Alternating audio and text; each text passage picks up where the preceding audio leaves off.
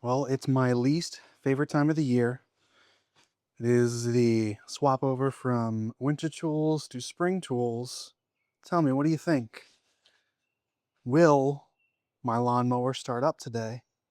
I've had this thing for so long, and I think I've only gotten tuned up a few times, so I'm going to see if it'll start up.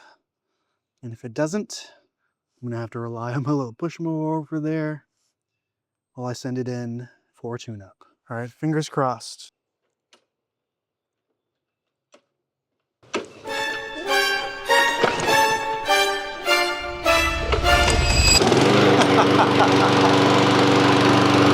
All right.